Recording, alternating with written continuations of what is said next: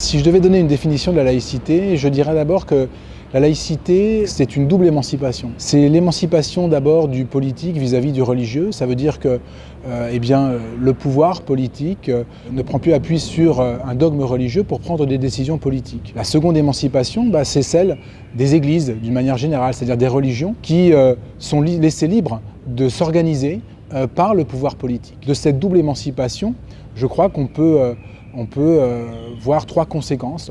La première, c'est la liberté de conscience, c'est la liberté de croire, de ne pas croire, et la liberté de changer de religion. La deuxième conséquence, c'est la liberté de culte, c'est-à-dire que la laïcité permet en France à chaque culte, chaque religion, de s'organiser librement. Et puis la troisième conséquence, comme l'État permet à chaque religion de s'organiser librement, l'État est neutre, c'est-à-dire que l'État et tous ceux qui les représentent, les fonctionnaires, sont neutres vis-à-vis des religions. Quand on a les élèves en face et que les élèves se posent beaucoup de questions, et il est légitime que les élèves se posent beaucoup de questions, parfois ils peuvent voir la laïcité comme des interdits, une multiplication d'interdits. Eh bien, il faut discuter avec les élèves pour justement leur montrer qu'il ne s'agit pas d'interdits, il s'agit de mettre les élèves en situation d'accéder à la citoyenneté en faisant valoir leur libre arbitre par rapport à ce qui les détermine dans leur famille ou dans leur milieu social. On est tous dans des familles où on a des identités.